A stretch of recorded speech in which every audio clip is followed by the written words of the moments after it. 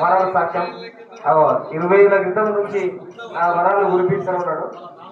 నువ్వు అన్న విజయం పొందుతున్నాడు. అలాగే మన అన్న పెద్దన్న పోస్ట్ ఉండాలి.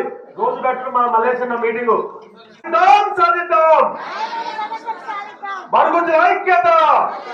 ఈనాటి మరుగుజ్జుల సంఘం 25 సంవత్సరాలు పూర్తి చేసుకున్న సందర్భంగా ఏదైతే ఆత్మీయ సమ్మేళనం పేరుతోటి పెద్దలు మా మిత్రులు గత 20 సంవత్సరాల నుంచి మా మిత్రుడు మల్లేశన్న గారు అధ్యక్షతన జరుగుతున్నటువంటి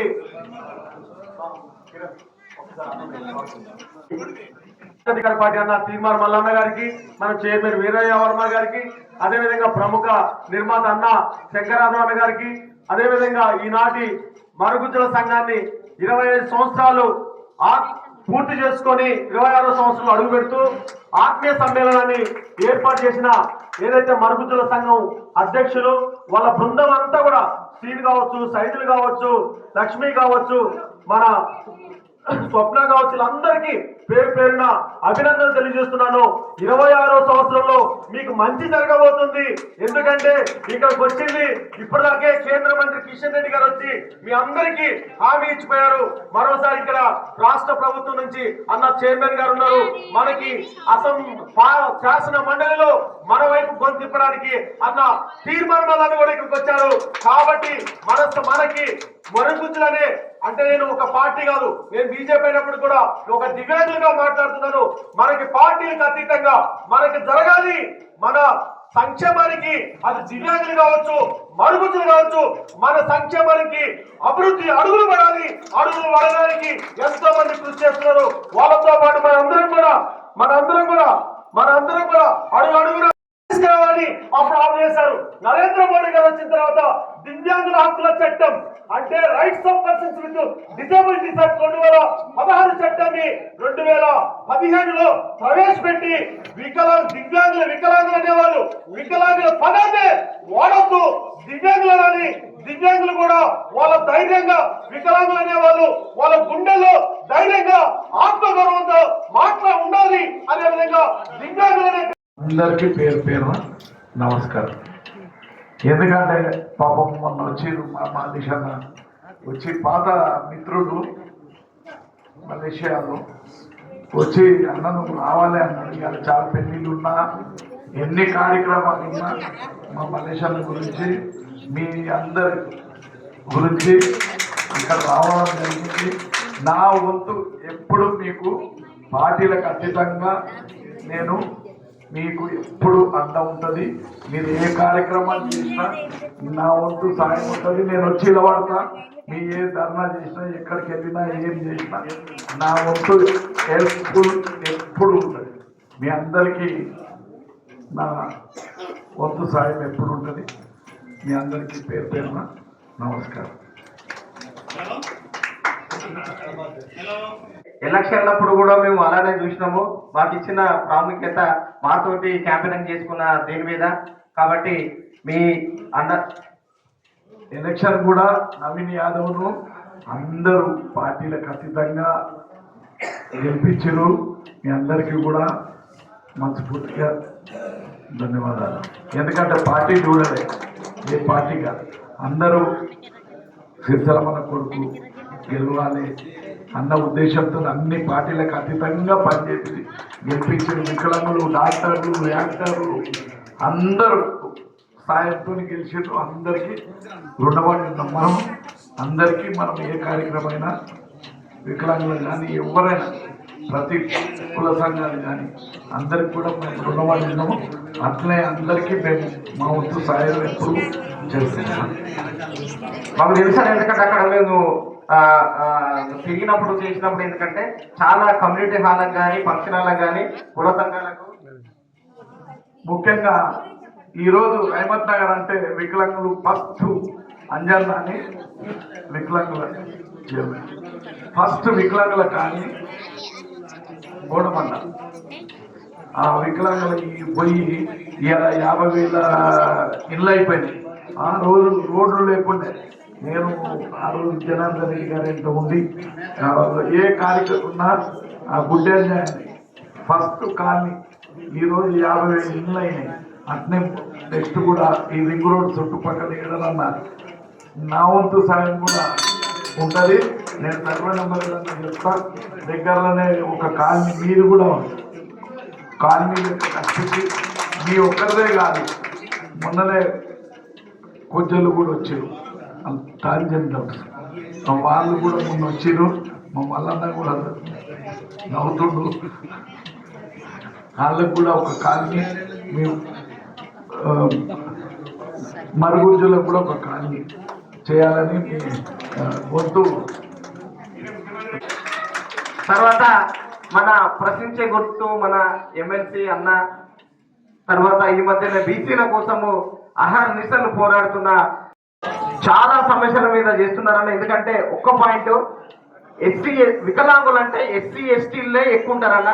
ఇది చాలా మట్టుకు తెలియని ఇది ఒక సబ్జెక్టు.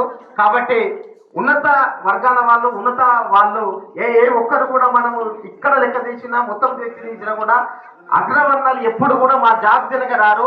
మేము పోయి సర్వే చేసినప్పుడు కూడా మీకు ఎవరు చెప్పారని చెప్పేసి అన్న సందర్భాలు ఉన్నాయన్న.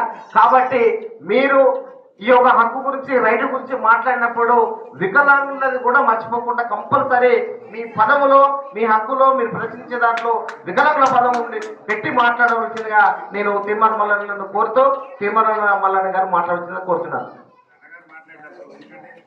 నిరంతరం మరి కంటికి నిద్ర లేకుండా కూడా బహుజనులు కూడా రాజ్యాధికారం రావాలి, తెలంగాణ రాష్ట్రానికి బీసీ ముఖ్యమంత్రి కావాలని చెప్పేసి వారు ఎంతో ఎంతో కృషి చేస్తున్నారు. ఒక్క బీసీ వర్గాలనే కాదు, ఈ సమాజంలో అట్టడుగు ఉన్నటువంటి వికలాంగుల వర్గాలకు కూడా నేను అండగా ఉంటానని చెప్పేసి నిరంతరం కూడా టీవీ ఛానళ్ళలోనే కాదు ప్రజా సమస్యల పట్ల నిరంతరం ఎక్కడ ఏ జాతికి అన్యాయం జరిగినా నేను ఉన్నానని చెప్పేసి అన్నగారు నిరంతరం కూడా తిరుగుతూ తెలంగాణ రాజ్య మా సోదరులందరూ, మా సోదరిమణులందరూ ఈ సమావేశం లేదా కార్యక్రమం పదే ప్రస్తావిస్తూ ఉన్నారు మరుగుజ్జు అనేటువంటి మాటలు. అది ఎందుకో నాకు చాలా ఇబ్బంది అనిపిస్తుంది. కానీ మీరు మరుగుజ్జులు కాదు నా దృష్టిలో. కళ్ళ ముంగట మీ సమస్యను చూస్తూ ఏమీ చేయలేకపోతున్న సమాజం మరుగుజ్జు సమాజం. కళ్ళ ముందు మీ అవస్థల్ని చూస్తూ కూడా పట్టించుకొని ప్రభుత్వం ఏదైనా ఉంటే అది మరుగుజ్జు ప్రభుత్వం. కాబట్టి దీనికి ఏదన్నా ఒక వేరే పేరు ఏదైనా తీసుకుంటే బాగుంటుందేమో. ఈ మరుగుజ్జు అనేటువంటిది కాకుండా ఒక గౌరవప్రదమైనటువంటి ఒక పేరు ఉంటే బాగుంటుందేమో దానికి అనేది నా సూచన. మన వీరన్న ఆ దిశగా ఆలోచించాలి. అంటే ఒక ప్రపోజల్ అయితే తయారు చేయాలి. ఎందుకంటే సమాజంలో ఆ పదంతోనే వాళ్ళకు ఉన్నటువంటి వైకల్యాన్ని బయటపెడుతున్నటువంటి అంశం. కాబట్టి అది ఎట్టి పరిస్థితిలో ఆ పదం లేకుండా ఒక గౌరవప్రదమైనటువంటి స్పెషల్ పర్సన్ లేదంటే స్పెషల్ ఉమెన్, స్పెషల్ గర్ల్ అట్లేదన్నా ఉంటే బెటర్. కానీ ఈ మరుగుజ్జు అనేటువంటి పదం సరే వాళ్ళకు ఉన్నటువంటి సమస్య కావచ్చు, కానీ ఈ సమాజంలో వాళ్ళలా కావడానికి కారణమైనటువంటి ప్రభుత్వాలు ఈ వ్యవస్థలే ఉన్నాం. మేము కూడా మీకు కుటుంబ సభ్యులాగా మొన్న మల్లన్న రాగానే మేమందరం ఉంటామన్నాం. ఏంట మల్లన్న లాంటి వాళ్ళు కూడా పెద్ద మనుషులు ఉన్నారు. వాళ్ళు కూడా మల్లన్న దగ్గర పోగానే ప్రతి విషయంలో కూడా ఆయన ముందుకు వచ్చి మీ వెంట ఉండడం చాలా సంతోషకరం. అలాగే చిన్న శ్రీశైలం అన్న పెద్ద పరిచయం లేదు, మీ నవీన్ అన్నకి మేము ఒక 9 days వచ్చి వర్క్ చేసినామన్నా. అంటే డైరెక్ట్ మీకు గెలవలేదు, మీ గురించి చాలా తెలుసు విన్నాము. చాలా సంతోషం. ఇలాంటి సభలు చేస్తే మిమ్మల్ని కూడా గుర్తిస్తుంది సమాజం వంతు మా వంతు మేము మీ వెంట ఉండి ఏదైతే మీకు వికలాంగులకి కావాల్సినది 2 wheelers కూడా వస్తున్నాయని తెలిసింది. ఏమంటే మల్లన్న కూడా మాట్లాడారు. అలాగే మీకు కూడా ఒక కాలనీస్ కావాలనేసి పెద్దలు శ్రీశైలం అని అన్నారు. మీ వెంట మేము ఉంటామనేసి సభాముఖంగా తెలియజేసుకుంటూ ధన్యవాదాలు తెలియజేస్తాం. థ్యాంక్ యూ అన్నగారు. ఈరోజు మన సోదరి మనకు ఒక ఆత్మీయ సమ్మేళనాన్ని ఏర్పాటు చేసుకోవడం, ఇక్కడ మనం అందరం కలుసుకోవడం చాలా ఆనందకర సంఘటన. ఇక్కడికి విచ్చేసిన మన ఎమ్మెల్సీ మన తీర్మార్ మల్లన్న గారికి, మన చిరశ్రీశైలం యాదవ్ గారికి, రవణకి, నాతోటి వికలాంగుల సంఘాల నాయకులందరికీ కూడా పేరు పేరున ధన్యవాదాలు, శుభాకాంక్షలు తెలియజేస్తూ, ఈరోజు మొన్న మన మల్లేశ్వరన సాయుధులు మన మల్లన్న ఆఫీస్కి పోయారు. ఆ తర్వాత మల్లన్న గారు నాకు ఫోన్ చేయడం జరిగింది. అన్న రేపు పిలిపించుకొని మాట్లాడతాను, ఖచ్చితంగా వాళ్ళ సమస్యలు చూస్తానని చెప్పడం జరిగింది. ఆ అన్న మాట ప్రకారం అంటే తెల్లారి వాళ్ళతో కూర్చొని దాదాపు 2 గంటల పాటు అనేక విషయాలు మనం చర్చ చేశాము.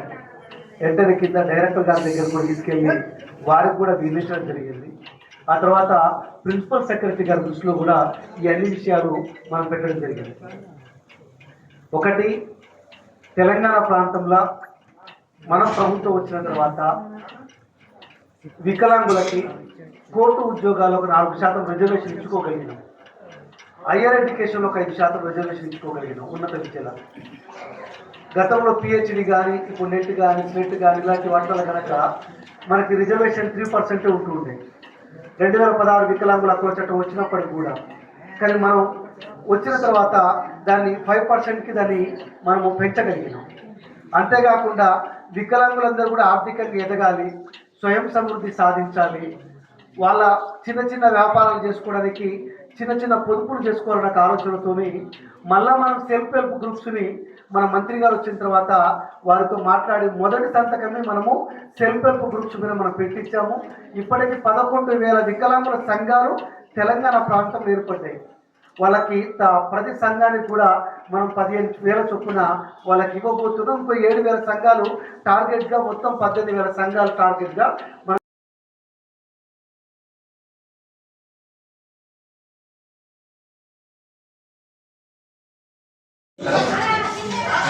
తెలంగాణ సంఘం స్టేట్ ప్రెసిడెంట్ మాట్లాడుతున్నాను. నా పేరు గతంలో 2001లో స్టార్ట్ చేసాం సంఘం.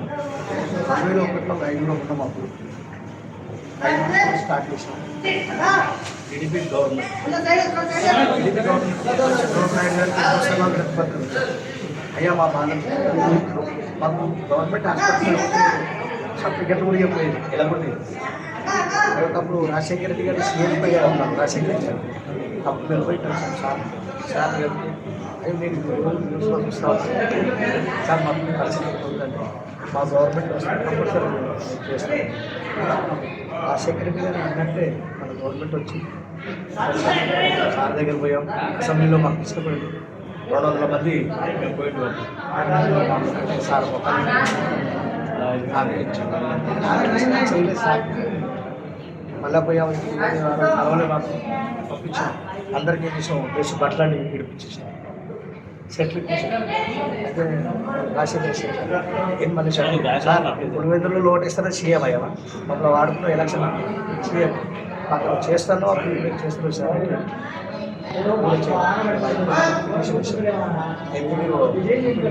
Srinivas sir, Balu sir, Haribabu, Mallikarjuna school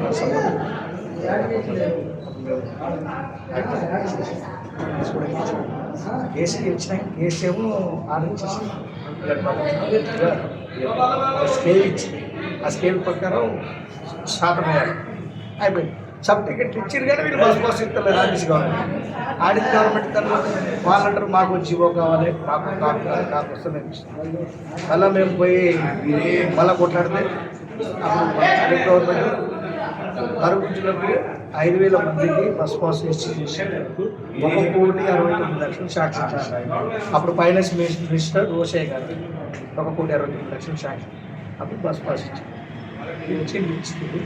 కానీ ఇప్పటిదాకా గంగ ఒకటే ఉంటుంది పిచ్చికి సమర్థమా. కానీ అప్పటికి ఒక 20 సంవత్సరాల నుంచి 20 సంవత్సరాలు మేము చేశాము. కానీ ఆ 20 సంవత్సరాలు కలిపి పెంచుకుంటే అయిపోద్దా.